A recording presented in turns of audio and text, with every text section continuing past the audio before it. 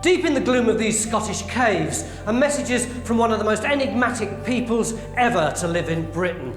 This is just one of many symbols carved by the Picts, a people who so worried the Romans that they built Hadrian's wall just to keep them out. But that's just part of these caves' colourful history. Over the centuries, Jacobite aristocracy, World War II refugees, even hermits have all sought shelter here. But now they're under threat. Rising sea levels mean it's only a matter of time before they succumb to the dark, cold Firth of Forth. And that's why we're here, to glean as much evidence as we can from these caves' rich past before it's too late. And we've got just 3 days to do it.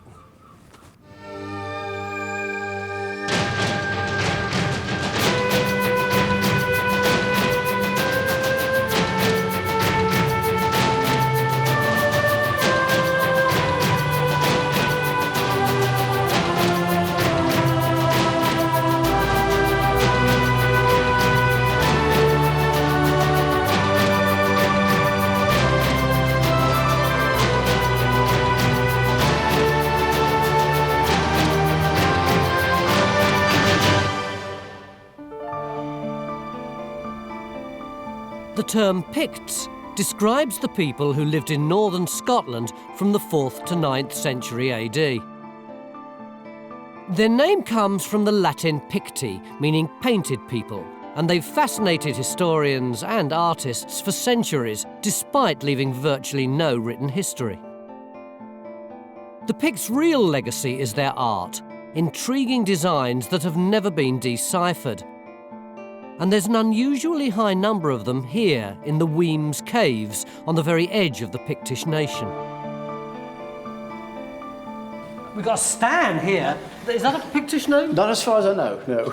No, that's not a Pictish name. But we do have some classic Pictish symbols here. This double disc symbol here is a classic one. What's this one here? Well, that's a salmon. Again, that's probably original. It's probably Pictish, and it's probably dates from perhaps about the 7th or 8th century AD.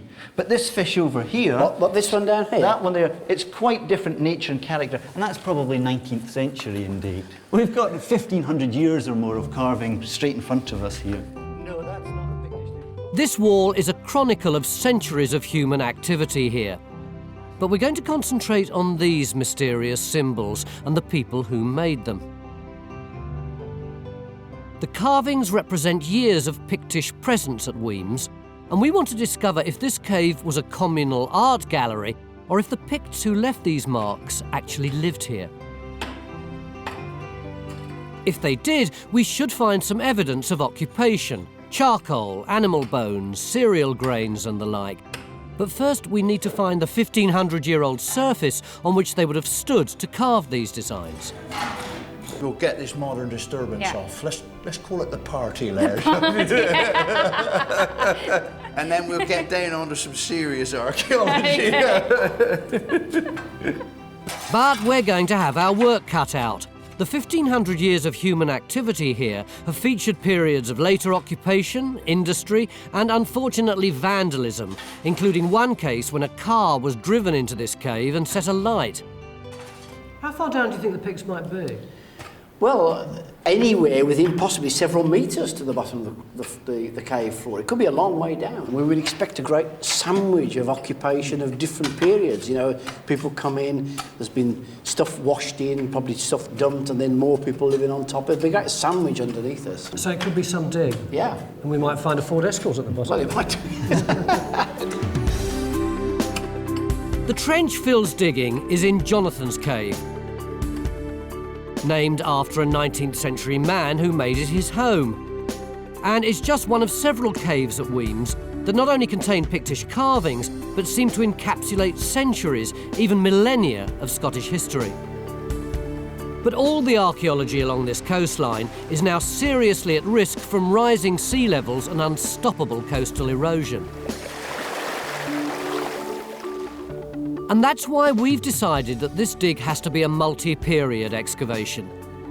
This is probably the last chance to record the heritage of the Wemyss Caves, and every one has its own story to tell. Our next target is the Well Cave, which lies underneath the remains of the medieval Macduff's Castle. As well as a rumour of a secret tunnel connecting the cave to the castle, it's also believed that from the 10th to the 15th century, this was home to Christian hermits. This is a big open area. Yeah, it's about 12 metres in diameter. It's high too. Yeah. Look, you got the inscriptions on that side. Well, they date from about 1860, 1861. These carvings may be more recent, but they do have a special significance for the archaeologists on the dig. They're from the mid-19th century, when Wemyss became a popular Victorian attraction, as antiquarians, the forerunners of today's archaeologists, began to uncover the cave's rich history. Unfortunately, some of the methods used in the investigations were far from ideal. Archaeology at this period wasn't really a science. It wasn't a subject that really had come into existence. These were learned gentlemen who were inquiring about Scotland's past, and their qualifications was essentially to be a gentleman and to have the money to indulge their passion and interest. Do we have any idea if they found any finds in those digs? Well, yes and no. The records from those early explorations show that a number of finds were made, ceramics and a few other iron objects, but the descriptions and so on they gave them were relatively poor, and these artefacts weren't actually collected. The technology and methods being used today are a bit more sophisticated. As part of an ongoing project implemented by Fife Council, the caves are now being digitally mapped. We're getting a scan of about 5mm resolution here. Well, it's a point every 5mm. Yeah. The laser scanning will create a high-definition 3D model of the caves, recording them for posterity. And once the well cave has been scanned, we're going to put in a couple of trenches for our own investigation. Oh, what's that? Over in Jonathan's cave, Phil and Raksha are finally through the layer of 20th century rubbish and appear to have found, well, some earlier rubbish. That ain't the sort of thing you have at a party, is it? No, Like not loads of really. wire. So, I mean, that could be where somebody's been living in here. It looks like Phil has hit an occupation layer, but unfortunately these finds are much too late to be Pictish. So far, the only evidence we have of these elusive people are the carvings. Who were these people who were doing the carving? They were simply the descendants of the Celtic tribes whom the Romans encountered when they marched into Scotland in AD 79. And it's sometimes argued that it was the threat of the Roman presence that made the small Celtic tribes come together into a single kingdom of the Picts in order to be stronger. So, although a lot of these drawings would have been post-Roman, actually there are echoes of really old times here. Yes, they are. And what's interesting about the caves is that it is the early forms of the symbols that you get. As time goes on into the 8th, 9th centuries, you get really elaborate versions, but these are dead simple. The most beautiful examples of Pictish art come from standing stones found elsewhere in Scotland. But they do have something in common with these roughly hewn symbols at Wemyss. They've confounded academics for centuries. Do we know what they mean? No, we don't. Clearly they're a means of communication. A passing Pict would know what they meant, but we don't, because there are no documents. And there's no equivalent of something like the Rosetta Stone, where you have two languages saying the same thing. One which we know, one which we didn't, so we That's can work right. out what the other one means. Yes. Oh, Oh, you. hey up. What the hell's Oh, that's iron, isn't it? Yeah. It could be a long time before we reach any sort of Pictish archaeology. That's a big old nail, isn't it? Phil and co are still trawling through an inordinate amount of ironwork. It's a cut nail. We'd imagine it's 19th century, perhaps even earlier. What do you think that was used for then? Holding two big bits of wood together. I shouldn't wonder, but that is big bits of wood. Oh, everyone, watch yourselves. It's really dark in here. You guys all right, following through? Yeah. Cool. Oh! But over at the well cave, the laser scanning has finished, and Bridge and Matt can now start work on the medieval period of Wemyss history. Oh, wow. Look at that. It's awesome. That is incredible. Our first trench in here will investigate the well that gave the cave its name. And in particular, Bridge will be looking for any evidence of medieval occupation, the period when hermits are believed to have lived here. This is the well then over here? Yeah, this is the well over here. So the first trench is going to be around this? It's going to come straight out here, I guess about a metre extending from, see the set stones here? Yep. All the way around. Let's set around the edge. The other intriguing aspect of the well cave is this tunnel, which according to folklore leads to the 15th century Macduff's Castle, over 20 metres above our diggers. But in its current state, it doesn't look a particularly welcoming proposition. It's now down to Matt to try and find archaeological evidence of a medieval man-made passageway. We're going to put a trench sort of against that wall there, halfway into it, and let's see if we get some evidence that people made that hole. The historical period we're investigating may be vast, some 1,500 years or more. But in geological terms, the Wemyss Caves are young whippersnappers, cut from sandstone in the last 10,000 years. I always think of caves as being almost as old as the Earth itself. The idea that people were around when they were being created and moved in practically straight away is quite bizarre. It is, isn't it? I mean, 10,000 years ago, this was at the water's edge. You know, the sea was bashing against this. It was totally inhospitable, as it were. But about 6,500 years ago, there was a change. The ice sheets started to melt. And as they melted, the weight was reduced and the land started to rise out of the water, lifting these up onto dry land. You can see here the layers of rock, these sandstone layers, are very soft. And as the sea pounds against it, it breaks little bits off along these joints here.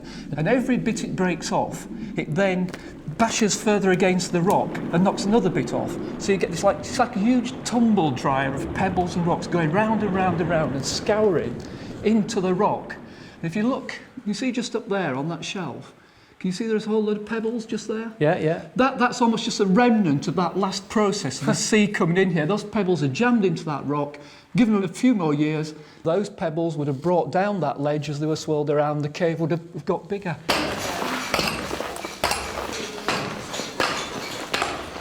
In Jonathan's cave, Mick has decided to open up another trench in the search for Pictish evidence. It would be nice if one of them gave us a result, if only. In Phil's trench, the expected 2 metres of archaeology with a nice Pictish floor at the bottom has spectacularly failed to materialise.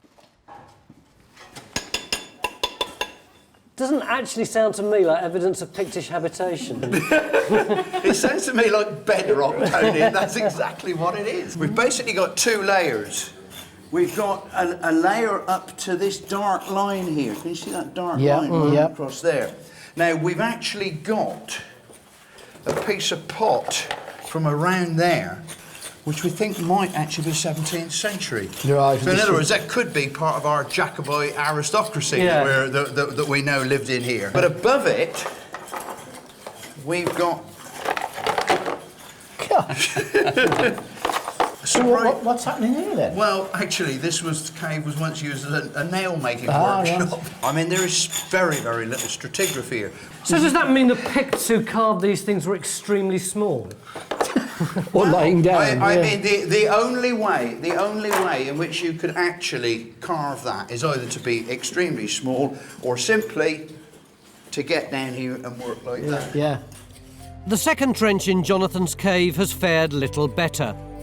It would seem that the Picts who created these designs came, carved and left again. There's no evidence that they lived here. It's a disappointing end for a cave that promised so much. But at least we still have the well cave. This is extraordinary. Yeah, mind your head, Tone. Yeah, well, it's like a mini cathedral. It's fantastic, isn't it? Like a proper cave should be. How have you been getting on? All right, we've got a couple of things going on here. Bridget's over there, look. Bridge, what have you got? Well, it looks like we're inside of the well here. Tom's following round the curving edge. Inside it looks to be redeposited rubble, really, and we're finding crisp packets and paint tins. But he has just said that he's come down onto a new layer which does have some archaeological promise. How about you, Matt? Well, we haven't got any finds as yet, but just below the surface, The edge of the cave is dead straight and drops down completely vertically. So it looks like it could be man-made. We're going to follow that round and see if it joins up with the tunnel there. Mick, it does seem as though we've been working all day and we're still just scratching away at cave floors. Yeah, I mean, there's been an awful lot of rubble and soil and stuff to shift, but I think we're in a position to get down into the archaeology. We won't do much in Jonathan's cave. I think we're almost finished there. But here, there's everything to go for. So we hit this hard tomorrow? I think so, yeah. And in addition, we've been looking in a third cave where there seem to be many more layers below the floor surface. And most importantly, one of our archaeologists has discovered some ancient kind of engraving which no one's ever seen before. So we're going to get the specialists in first thing tomorrow morning to see if we've got our first ever Time Team Pictish carving. Yesterday morning we came here to the Fife coast to look at some caves which have been inhabited on and off for thousands of years. The first one we looked at was Jonathan's cave, which is way back there, and there's some great Pictish carvings on the walls, but we put a couple of trenches in and we haven't found anything particularly exciting. But one of our archaeologists was footling around down this cave and came up with something which everyone thinks could be really exciting. And obviously it had to be in another cave that's a bit of a squeeze to get into. But tackling the appropriately named sloping cave is well worth the effort. We think it's a serpent. You can see kind of this head hole here, and then the body curving around like this. And we thought, you know, it's probably a Pictish carving. How do we know it's Pictish? Well, we've had an expert looking at it. Ritchie herself has actually seen it and said, yeah, there's no doubt about it, it is Pictish. The beauty of it is, look how low down in the cave it is. So in fact, there's no way that you could actually make that carving with a ground level at this point. There must be quite a lot of build-up of actual deposits with possible Pictish material in it. Well, we said that yesterday, but maybe this time Phil will find an identifiable Pictish layer. But the Pictish heritage of these caves is just part of a much bigger survey of this coastline, which is now under serious threat from rising sea levels. In the well cave underneath the castle, Bridge and Matt are in the midst of a medieval excavation, uncovering the eponymous well that may have been used by Christian hermits and investigating a mysterious passage that runs into the cave wall. How are you getting on? Pretty well, actually. We've got this medieval jug handle, probably about 13th, 14th century. It's great. And that came from the Lucy deposits up here, right next to the tunnel opening. So that's pretty good for explaining a link between the castle up there and this cave. They may be chucking rubbish down here, or there's something joining up the two there, but I still want to get a camera down there, if possible. Yeah, but every single tunnel in the world, people say it goes to the nearby castle. Castle or a priory or a church. Yeah. Maybe this one really does, you can't tell. Come over and have a look at what Bridge is doing. Ooh, you're certainly on a different layer than you were last night. Yeah, not very far down still yet. What we seem to be finding here is interleaving layers of cobble and soil trample that people would have brought into the cave on the bottom of their shoes and left it. And then you've also got evidence of people not being in the cave. You've got sort of decayed sandstone that's been washed down by water in between the episodes of people coming in here. Can you date the well? Not yet. We're going to have to keep digging and keep going down because we are on a nice organic layer that looks pretty undisturbed. There's clearly a lot more work to be done in here, but that hasn't stopped us searching for new targets outside the caves. 45 can't do good. Nice to have such power. This plateau of land has been savagely eroded, and a trench at the very edge of it has provided county archaeologist Douglas Speirs with a stratigraphy of centuries of human activity, including lots of rubbish from the castle. Just a few years ago, this land surface went way out beyond us. I mean, this whole section of coast is so unstable. It's currently eroding at several metres a year. What would you expect to find in layers like this on the beach like this? Well, I said what I think we're dealing here is with a medieval midden. When I say a medieval midden, sort of dumped food remains. It's the rubbish from the kitchen, it's the old bones from the dinner table. We could actually find just about anything in this midden. So we've got to come back when they've done a bit more cleaning and see what they've got then. Very much so. We now want to find out what was happening out here and relate it to what was going on in the caves. And that's all the more important because Phil has just uncovered even more evidence of the Picts' habit of leaving messages in the sandstone. This one is the original serpent. Yeah. Coming in there, but we've actually got a brand spanking new one. Look, it's coming down there and almost mirrors the curve on that one there. I mean, it's just such amazing to me because, I mean, what you're looking at is, well, not only brand spanking new carvings, but look at the condition of the rock face. It's totally unweathered. That, I'm sure, is the way that the Picts would have seen it when they actually carved it. It's brilliant. And there's no sign that you're anywhere near the bedrock. Not at the moment, there. no. What's really interesting about these is that these carvings haven't been tampered with in recent times, like most of the other carvings in the other caves. Yeah. But also, when you look at that one, it's smooth. You know, it's been pecked first and then it's been ground down nice and smooth. So that's finished carving. Oh, right. Whereas that double disc over the other side of What, the this cave... one over here? Yes. This one? Well, That's they never finished that one then? Well, you can still see the pecking on that. They never got round to smoothing it out. Purely in terms of Pictish archaeology, this is a great find. But in another sense, it's a deeply frustrating discovery. No one knows what it or any of the other Pictish symbols mean, and the Picts themselves are just as mysterious.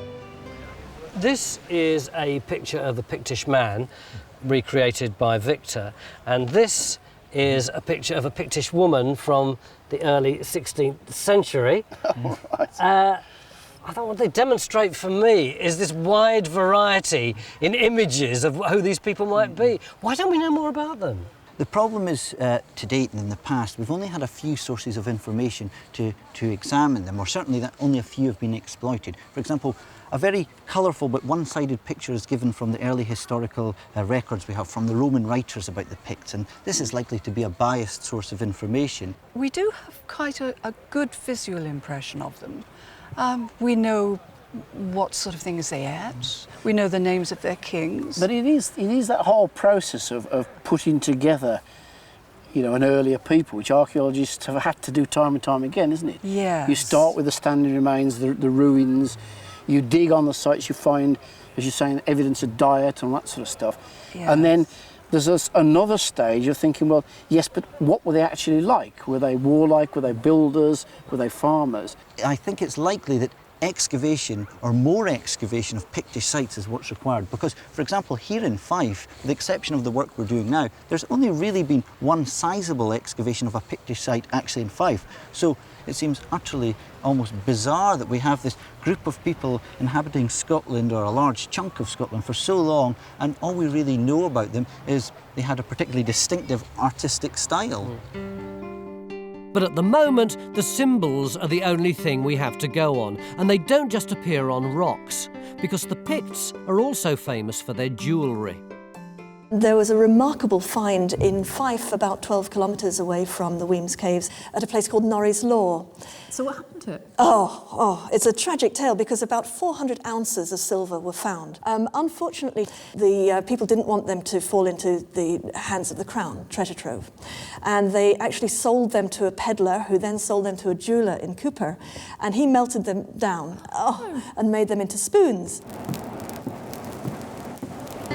Well, no such blasphemy from us, but we are going to try and recreate one of these pendants, using methods from the time and one of the original designs. The objects themselves have left some clues. So what they must have done is to start off by making an ingot of silver. And then they would hammer that ingot flat and they would shape it into the leaf shape. And you can tell that because these are hammer marks on the back. They would have flipped it over, given it a light polish, and then engraved the decoration. Then they would have enamelled it and then give it a final polish. So there's actually quite a complicated number of stages in it. Absolutely, requiring a great deal of skill as well.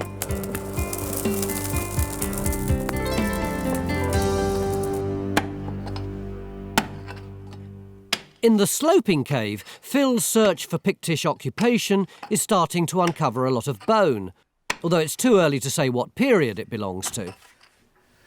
And something else has been discovered in this cave, but this time it's not Pictish, and for once we can translate it.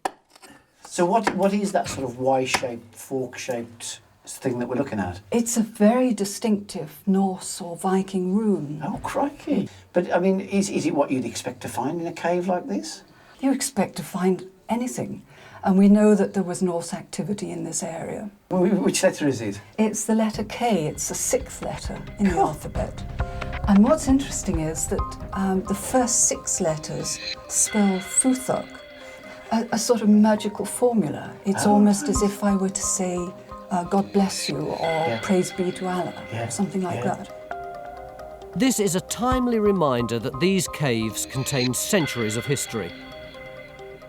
And in the well cave, Matt's trying to discover if he's got a tunnel leading to the medieval castle, or if he's just busting a gut to debunk a local myth. And he's now employed the very latest in technology, cave cam, which is basically a camcorder in a plastic tray strapped to a couple of fence posts. I think if we get another bit of wood... I think maybe, yeah, we should get another bit of wood and make it a little bit longer. Yeah. I wasn't born to be a gaffer tape woman, Nat. There we go. That's beautiful, lovely. Talk about amateurs. The initial results from this cutting-edge technology aren't promising. It would seem the tunnel story is literally coming to a dead end.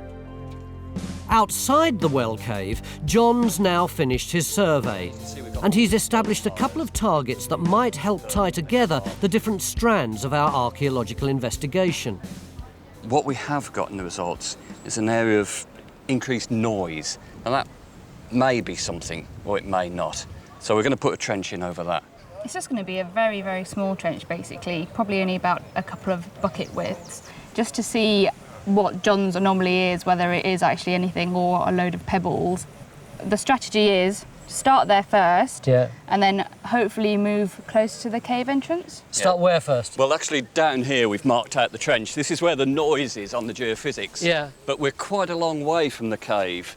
So really, what we want to do is, if Rod's happy, is cut back some of the nettles, get a bit closer to the entrance, and maybe put something in there, as Ritchie said. He's not shaking his head. I'm thinking. Now, I think it's okay if we don't take all the cover away from the cave mouth. So you can get in quite a long way in, and I hopefully tie up the stratigraphy between the cave area and the outside. Will that do for you? Yeah, and it's an opportunity to work in the sun.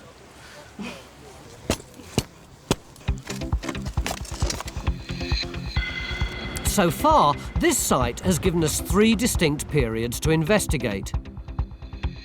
But this trench here on the plateau could present us with evidence dating right back to the formation of these caves thousands of years ago. That's an awful lot of archaeology from a rather small trench.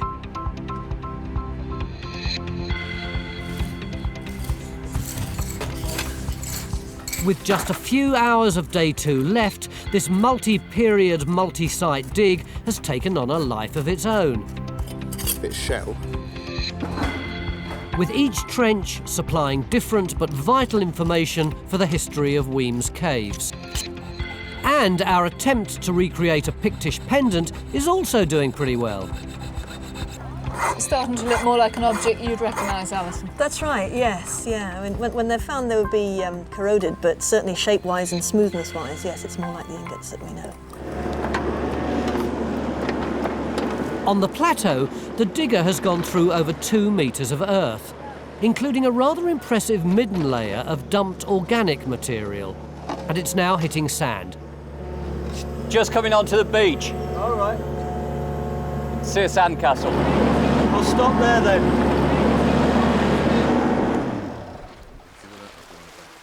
It's now down to environmental archaeologist Dr. Erika Guttmann to make sense of it. So do you think that definitely is beach? Yeah, we've hit the beach deposits now. Well, immediately above that was where most of the midden-type material was coming from. Do you think that's actually just washed in, or do you think it's actual human activity? Oh, there's definitely human activity. I've just found a bit of bone, and there's some charcoal in there. But above that midden-type layer, we've got this 2.5 metres of soil. I mean, where's that come from? Well, that's not natural. That's got to have been built up artificially somehow. We'd need to find out when that started and when it finished. So we need some dating evidence. That's all been dumped then? That's all been dumped, and I think it may well have been dumped from the castle, just up there. Back inside the well cave, Matt's camera on a stick and some further excavation have exploded the myth of a secret tunnel. Follow the tunnel along this way. The stratigraphy actually bends down. It hasn't actually been cut by humans at all. So nobody has cleaned out this at any point, so it doesn't look like anyone's ever used it. And looking at the rock in there as well, there's no real evidence for people having chopped away at it at all. So you're saying that that tunnel is entirely natural? It looks it, yeah. And looking at the castle outside above us, it's a good 20 metres vertically, I'd say, from down there. And this rock, as you can see, splits horizontally. And so I really don't think there's going to be any evidence at all for it joining up with the castle.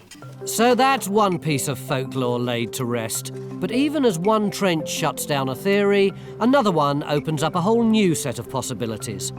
An animal bone has been discovered at the bottom of the trench on the plateau, and it bears all the marks of early human activity. I can actually see some fine knife cuts that have probably been made with a metal knife. So your bone has actually been butchered by a human being with a knife. Oh, excellent. That's fantastic. Got it. And that's not the only bone that's causing a stir. Phil's dogged determination in the sloping cave has revealed a layer that could be very significant. We're getting so much bone, and it's all from this level here. Yeah. The chances of that just being washed in, I reckon that's got to be Too coincidental. Too coincidental. Yeah. I think we could argue we've got occupation here. Good. One of the most frustrating things about this site is how much of the archaeology has been interfered with by the sea, by rusty old nails, by barbecue fires, by graffiti, by a blazing car in a cave. But at last, we're beginning to get down onto untouched early archaeology, like this piece of butchered bone, both here and in Phil's cave. Are we beginning to get to the levels where some of the earliest inhabitants of these caves actually stood? And if so, what else might we find?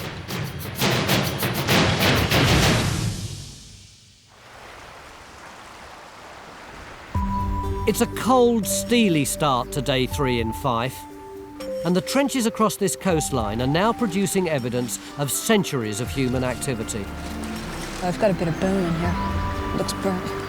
Excellent. But it's the sloping cave where we discovered unrecorded Pictish carvings that's attracting the most attention. Look at the quantity of bone, and we're getting it from right down here, right on the base of the trench. And that bone is not the evidence of somebody having a party here. That is somebody living here. There's just too much bone. And at the moment, the only people that we can know use these caves are the Picts. So are you saying that these bones could have been dropped by the actual people who did those carvings? It's a strong consideration. We've got to work to that idea to start with, but what we've got to do is prove it. But Sloping Cave isn't the only place where we've found bone on our site. Our first trench over on the plateau found similar-looking evidence of occupation, although that was at least 2 metres below the modern surface. So to try and find out what was going on here, we're now digging a new trench close to the entrance of the well cave. Hang on, Ian. It's really loose. So it's probably fall. Yeah. This is more than just rockfall. These clean angular pieces of stone are debris from the construction of Macduff's castle in the 15th century.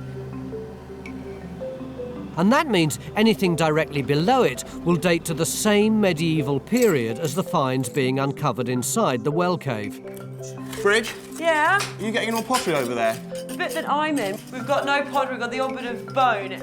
But Alistair's got a little bit of pottery out there still from the 14th century, so it's outside the well.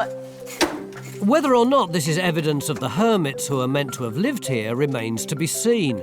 But what's more surprising is that Bridge can't find any evidence of a water source for the well that gave this cave its name. Look at that. Must be the natural. Back on the plateau, the archaeological evidence is now suggesting we're looking at a human presence here that stretches back well before even the earliest days of the Picts. If we begin at the beginning, and we begin with the wave-cut platform here. That's this smooth rock in front of us. That's right, that was cut by wave action, and we know from the geologists that that was cut from about 6,500 years ago. So that's Mesolithic. So that's hunter-gatherer period, when people are, not farming or anything like that. That's right, that's before farming. We've then got these midden deposits, and they've been churned about by the sea. We've got a lot of shell and sea sand in there, but we've also got a lot of animal bone, and some of this is domesticated animals. So that's telling us that it's Neolithic. So that's after hunter-gatherer period? That's after hunter-gatherers. So somewhere in this, there's a change from hunter-gatherer period to when people are actually farming. Well, yes, and that's right over the wave-cut platform. So if there was any Mesolithic, it's all been mixed up, and we can say that that lowest deposit there is Neolithic or later. It would seem that almost as soon as this land and these caves were carved by the receding waters of the Forth, people were using them for shelter and farming. And Stewart is pretty sure where these people came from. Been having a look at all the aerial photographs and where things occur. There's big Iron Age hill forts sort of over that area. There's evidence of a Pictish settlement over here. And beneath where we're standing on this hill here, there looks to be evidence of a possible Bronze Age burial mound. So all in all, you've got a very active, farmed, intensively occupied landscape. In fact, it's no different then to what it is today. This photograph shows it well. You've got settlement of East Weem here around this valley and the coastline, and people living here and coming up and carving the names on the caves. Is no different to what was happening in the Bronze Age, the Iron Age and in the Pictish period. It's just, I like that continuity. People are doing now what they did thousands and thousands of years ago. OK, the majority of people lived above the cliffs. But that doesn't mean that some, including Picts, weren't living down in the caves. We just need archaeological evidence to prove it. Whoa, look at that. And there's another bit there, look. But that's a cracking piece, look at that. And in the sloping cave, Phil's now wading through a mass of human detritus. I don't think there's any doubt now that it's human occupation. Did you ever doubt it? If there ever was any Did you doubt. ever doubt it? That could be charcoal, pottery. We can see the charcoal from here. It's even very rich. small mammals or fish bones. Whatever. I mean, this is the real answers are in here, aren't they? Well, we certainly are. Whether or not its occupation related to the cave's Pictish carvings remains to be seen. But at the minute, these are the only proof that the Picts visited here. Our own attempt to recreate one of these enigmatic symbols, originally found as part of a Pictish hoard, has been going well. Until now. I've forged it out as far as I can from the ingot I cast yesterday, but I've come to a stop now because cracks are forming round the edge and I can't get a bigger piece out of it. It looks like sort of the way pastry cracks when you roll it out, but of course this you can't ball it back up against the star. No. So has the experiment convinced you that the Pictish silver could have been made using this ingot and hammering technique? Oh yes, no problem. I just needed to cast a bigger ingot. Luckily, we brought along a spare for just such an emergency. But the last couple of stages are the fiddliest, with some of the inscription barely more than a hair's breadth. Victor, that looks incredibly difficult. Give him a pencil and paper anytime.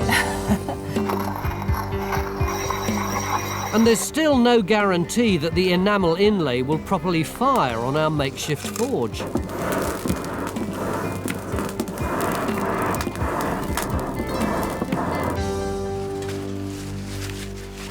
We've now only a few hours left of day 3, and on the plateau, the diggers are almost through the thick layer of 15th century rock debris. But in the sloping cave, Phil has stopped digging. Coming out 41 centimetres from the section. Right. And the end is slightly rounded. There's just too much archaeology in the trench, and some of it has to be recorded before it's removed. Okay. It's still got to be done precise, isn't it? Oh, of course it has. I mean, the fact is, you see, well, what we've done is we've got down onto this floor. This could... Where these stones are down no, here? no. This black stuff right at the bottom, that's the floor. Yeah. Now, see those big boulders and what have you? That's just a beach deposit, which is actually coming in. That's actually protecting the floor. Oh, right. It's been marvellous. Yeah. But if you look at that level there, that floor, and you look at those carvings on the wall, cast your mind back to Jonathan's cave and how low The same those height, carvings isn't it? were to the floor. So they could have been done confirmed by somebody sitting on that floor, in fact. Exactly. That could well be the Pictish floor. Right. If Phil's right, this would be the first evidence of Picts living in and not just visiting these caves. Are you nearly finished? Just about. I think we've just got it. Yeah, that's it. But the history of the sloping cave is just part of a much larger, complex timeline. Down on the eroded beach, Douglas believes he's uncovered a relic from a different era of Wemyss history. This is a stone. It's standing upright, a very unnatural position for it to be in, and it's actually contained within a large cut. Now, the obvious question is, who did it and why did they do it? Well, we don't have the exact answers to that now, but one thing we do know, that within the last few years, we've had 2 skeletons come out from this area behind us. Right. There's no soil there now because the seas eroded it all away, and we've had carbon dates for these, so we know they're about 10th, 11th century AD in date. So it's possible that this is a stone which marks a Christian cemetery, and there may very well be further Christian burials behind this stone. But at the That's moment, actually quite significant. well, it's very significant. Over in the well cave, we've now managed to unpick medieval fact from fiction. Do we know how deep the well is? Well, I'm not sure if I'd want to call it a well anymore. I like the word pool a little bit. Yesterday, we dismissed the myth of a tunnel running up to the medieval castle. And now Bridge has discovered that the well that gave the well cave its name isn't, well, a well. A well suggests that you're actually tapping down into the ground to get water. But this seems to be an area where there's a natural accumulation of water. And somebody has come along at some point and cut a bigger area to catch that water. If you can see here on the sides, quite sharp edges. And if you had a naturally formed pool, you'd have pebbles scouring round and round and round and round, and you'd have quite vertical edges, and they'd be quite flat. We don't have that here, and it definitely looks like someone has been manipulating, changing the sides. Have we any idea who made it? Not at the moment, but outside the well, over there, we do have a proliferation of 14th century pottery, suggesting that the main time of activity here is 14th century, and that is when the hermits seem to have been in this area. So we've got a hermit's pool. Well, it'd be very nice. We've even got a stone just down here that sort of the morphology of it makes it look as though someone's been stepping in and created a footprint wear on it. There's just one drawback to your theory. There is absolutely no water in there. Well, if you look down here, there's a wee bit here, and look at the glistening of this rock here. This is where the water is seeping out and into it. But it's not enough to wash a dirty hermit. No, it's not, but it's going to seep through, and of course you've had a change in the water table levels. The amount of wear on the step and the effort that's gone into making this pool suggests this was a facility that was in use for a long time. It's very possible that hermits were the first people to take advantage of the rock face seeping water, but the trench outside the well cave's entrance points to other, more practical people also living in this cave. And you can actually see in the bottom of this deposit, some lines. Got these very distinct marks, these linear dark features. These are plough marks which are going right across. I didn't dare to hope that's what they were. This neat bit of stratigraphy shows how much the plateau's changed in the last 600 years. At the top is a thick layer of Victorian landscaping, below which are the rocks that were dumped here when the 15th century castle was built above the caves. Then there's this layer of soil, which we now know is full of dumped organic material, bits of bone, charcoal, shellfish, and so on. And the plough marks at the bottom of the trench show that the people who lived here were putting that waste to good use. It shows us that this area of land is being cultivated with ploughs or ards in this area. So the great dump of domestic debris and, I suppose, food remains and everything is fertile enough. They're actually ploughing it to grow sort of crops in the top of it. That's exactly what they're doing. What sort of date do we think that is then, Douglas? Well, it's very difficult to ascribe an exact date. What we can do in relation to other layers, we can say that this material here is 15th century, and so everything below this red layer has got to be pre-15th century. Right. So this is probably medieval. It probably relates to the occupation of the caves, and perhaps anywhere before the 10th to 15th centuries. Right. And it looks like the sort of level it might be in the cave, so that it's sort of related perhaps to that strata coming out. Very much so. That's another really helpful thing about this layer. Because it's being ploughed, we can tell it was formerly a ground surface, and if we relate to that to the levels of the caves, we can see it was actually formerly quite a level plateau almost coming out from this grassed area into the caves. They did well to spot that, didn't they, at the bottom of that hole? That's a very good piece of excavation indeed. It would have been very easy to travel through that. And this means that this whole part of the coastline would have once looked very different. 600 years ago, the entrance to the well cave would have been a much more welcoming prospect, and as well as providing refuge to hermits, it may also have once been home to the people who farmed the plateau throughout the Middle Ages. It would also suggest that the sloping cave where Phil's been working probably wouldn't have required a degree in potholing to enter it. Deliberate floor. What we were looking at, that brown stuff with all the black charcoal in Yeah, it, was actually trample lying on the top of this floor. And you can see that quite clearly in the section here. Yeah. I mean, it's probably about that thick. And the stone floor itself, well, you can see it's a bit higgledy-piggledy, but it starts here, which is part of the natural boulders. Right. And that's part of it there, that natural boulder there. But the interesting thing is when you get to here, you actually get stones that are laid in there deliberately. You can see it is a nice level surface. They've sort of levelled it up to go with the That's bedrock right. then. Do we think it's Pictish? I'd love to say it was. I really would. I mean, it is still at a good height for our carving. Yeah. Yeah. But realistically, I can't actually tell you. I think the truth is we're going to have to fall back on science and get a radiocarbon date. Right. And Phil now has his proof. Subsequent radiocarbon analysis of barley grains lifted from the occupation layer dated it to between 240 and 400 AD, which covers the late Scottish Iron Age and the beginning of the Pictish period. So really we've got to leave what's underneath for somebody else, haven't we? That's too good to disturb, really. We're beginning to get an idea of, just by looking in the cracks of what's underneath, and it looks like it is good, clean deposit. So, I mean, there may be other occupation levels underneath, but this is as far as we're going. That's nice. I like that. The discovery of this floor is a first for these caves. Proof that people lived here during the era of the Picts, the most mysterious people in British history. A people who left no written records of their nation, just enigmatic and stunning artistry. There we are. Is that it finished? Yes, it's finished. It is absolutely beautiful. Well done. Are you pleased? Yes, thank you. It's come out very well. I'm very pleased about that. The thing that really comes across to me is the contrast with the really high professional craftsmanship that's gone into making this is so different to the sort of graffiti level of the same designs carved on the caves here. But even these crude carvings are personal declarations of the Pictish identity. And our new evidence shows they not only visited these caves, but some actually lived here.